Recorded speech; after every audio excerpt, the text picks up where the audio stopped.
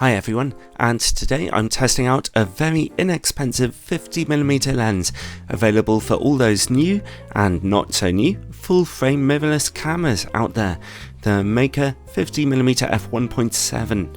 It's for Sony E mount cameras and also the new Canon RF and Nikon Z mounts, and perhaps even more in the future.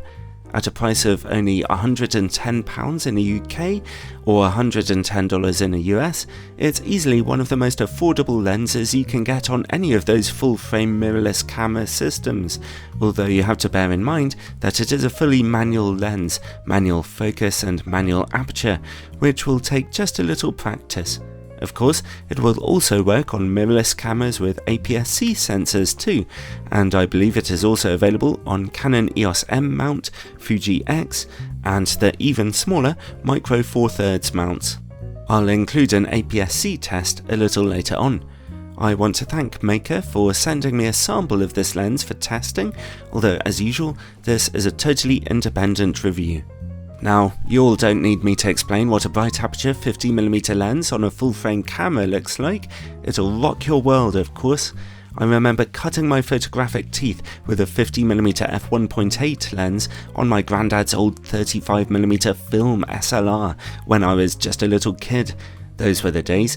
You get a lovely emphasis on your subject with some nice background separation, but it's still just about enough of a wide angle to get the bigger picture in. Fun. Here we have the version for Sony's E mount cameras, and it's nice and compact. For Canon RF and Nikon Z mounts, the rear lens mount will be bigger, unsurprisingly as it's a bigger mount, but the rest of the lens is the same. The body of this lens is made out of metal, and its build quality really feels lovely and solid. It weighs 320 grams, and apparently it's dust and moisture resistant too. The aperture ring sits at the front of the lens and turns very smoothly. Stills photographers generally prefer to have clicks on their aperture rings, to be honest. More appropriately, the focus ring turns smoothly and about 110 degrees, enough for quite precise focusing. Bear in mind that as a manual lens it doesn't have image stabilization, although if you're shooting with a camera that has in-body image stabilization, that should work very nicely. It did on my Sony camera anyway, my A7R II. The lens has a 52mm filter thread, not very large. It also comes with quite a plasticky hood for the front. Overall, its build quality is absolutely fine really, no real problems here, and it looks well enough on your camera. More importantly though, image quality. Let's start on a full frame camera, my 42MP Sony A7R II, a pretty challenging sensor for any lens. In the middle of the image, we see some very good sharpness indeed, average contrast, and on very contrasting edges, a little magenta chromatic aberration, but the resolution is certainly there, unlike the corners though, where we see softness and ghosting. f2 is about the same in the corners, but back in the middle we see more punchy looking contrast. Stop down to f2.8 and the middle of the image is razor sharp now. The corners are still weak though, unfortunately. f4 is only a little better there. There's another little improvement at f5.6, but finally at f8 we see some good sharpness.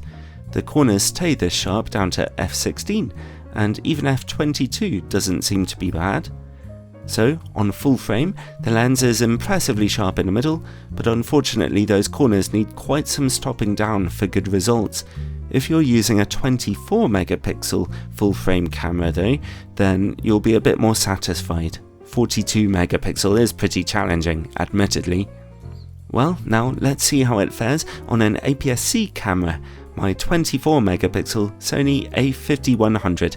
Here, it's the full-frame equivalent of a 75mm lens with an equivalent depth of field of about f2.8. In terms of quality, it's actually a similar performance to full-frame, impressively sharp in the middle with some colour fringing on highly contrasting edges, and the corners rather murky. Corners are the same at f2, but there's a slight improvement back in the middle. f2.8 though is brilliant in the middle, but the corners again still struggling. f4 is a bit better, f5.6 sharp, f8 Amazingly good. It stays this sharp down to f16, or at least what's marked f16 on the lens. I suspect it could be a little wider by that, looking at all that sharpness. Diffraction should be kicking in by now. But overall, the lens is just a little sharper on APS-C, but you still really need to stop down to get those corners going. Alright, distortion and vignetting on a full frame camera. This lens projects just a little barrel distortion, nothing to realistically worry about. Vignetting is a bit heavy at f1.7. It's the same at f2, but f2.8 sees some nicely brighter corners.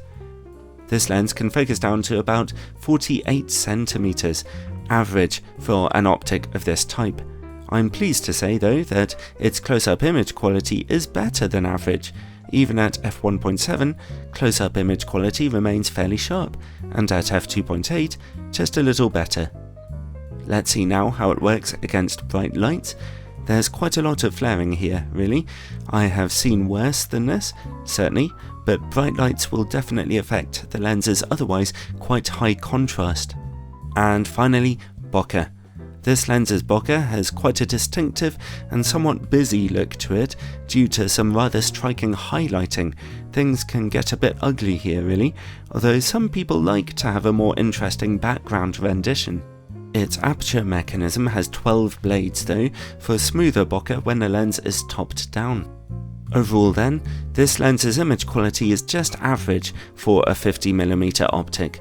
Like every other classic 50mm lens, the middle of the image is really sharp, and the whole image is fantastic if the aperture is topped down, but you do need to stop down quite a bit for sharp corners.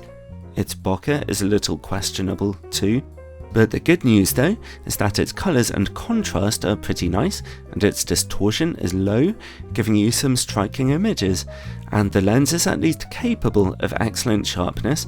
Remember, corner sharpness isn't so important when you're doing subject photography, and those corners are out of focus anyway. The lens's price is just about low enough to make it a decent option for those who want a relatively capable 50mm lens for their new full-frame mirrorless camera. In the right hands, this lens, like most others, can do a very good job.